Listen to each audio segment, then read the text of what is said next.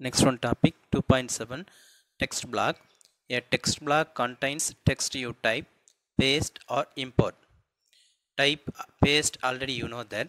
Import means we can insert a other application into a PageMaker window. For example, MS Word document we can insert in a PageMaker window. Next point, you can't see the border of the text block until you select with the pointer tool. Pointer tool means is the arrow key. You can see here this is a pointer tool. There is a pointer tool. Until you select the pointer tool, we cannot see the border of the text block. Okay, so how to select the pointer tool? We can create the text block in two ways. First one way, click or drag the text tool on the page or pasteboard and then type. For example, this is the text tool. There is a text tool. We can click the text tool and drag on the pasteboard or on the page, then type the text. The text block will create. And second one method, click load a text icon in an empty column or page. When it will be appear the loaded icon means then you insert the other document into the PageMaker window means the icon it will be changes the loaded text icon. So that time create the empty column or page. Next topic, creating a text block with the text tool. To create a text block with the text tool, we have to follow these steps. First one, select the text tool T from the toolbox. Okay, in toolbox second tool is the text tool. If you select the text tool means the cursor means the pointer turns into an I-beam. See the cursor here, that is the I-beam. After you selecting the text tool, the pointer changes the I-beam. Which tool means text tool, that is the second one. If you select this tool means it will be changes the I-beam. Okay, can point on an empty area of the page or pasteboard, do one of the following. In first point, after you select the text tool, it will be convert the pointer as I-beam. So where you want to insert your text block means we have to click the I-beam in a required place. That is the second point. Click the I-beam where you want to insert the text. This create a text block, the width of the column or page. After you clicking the I-beam in a required place, that will be create the text block. By default, the insertion point jump to the left side of the text block after creating the text block. By default means automatically jumps the insertion point in the left side of the text block. There is the left side of the text block means it will become here. Third point, type the text you want.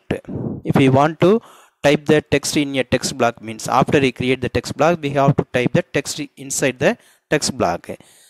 So we can type there. Unlike with the text frame, you do not see the border of the text block until you click the text with the pointer tool. Pointer tool means already I told you there is the first one. Until you select the pointer tool, we cannot see the border of the text block. We cannot see the border. Okay. Next topic 2.7.2, moving a text block. To move a block without changing its shape, place the cursor anywhere inside the block and click and drag it to the required position. So if we want to move the text block from one location into another one location means we have to do following the steps. First one, you already created one text block. This text block we have to drag a new location means first place the cursor anywhere inside the block and drag a new location. So it will be moved without changing its shape. It will be moved from here to there. Okay. Next one topic, resizing a text block.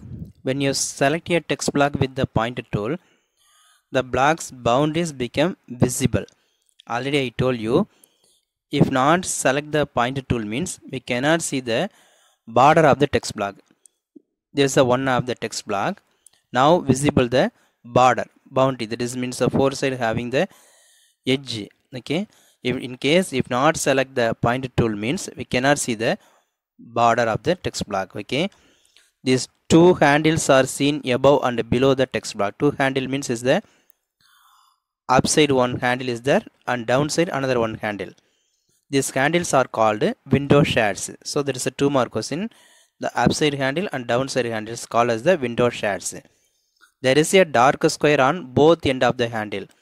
That's two handle both side. This is the left side and the right side. Here also on the bottom handle having the two side, left side and the right side having the dark square. Okay, this is used to change the size of the text block. Which one is used to change the size of the text block means the dark border, dark square border. So increase the text block or decrease the square block. Okay, we can use that dark square. Okay, next one, to resize a text block.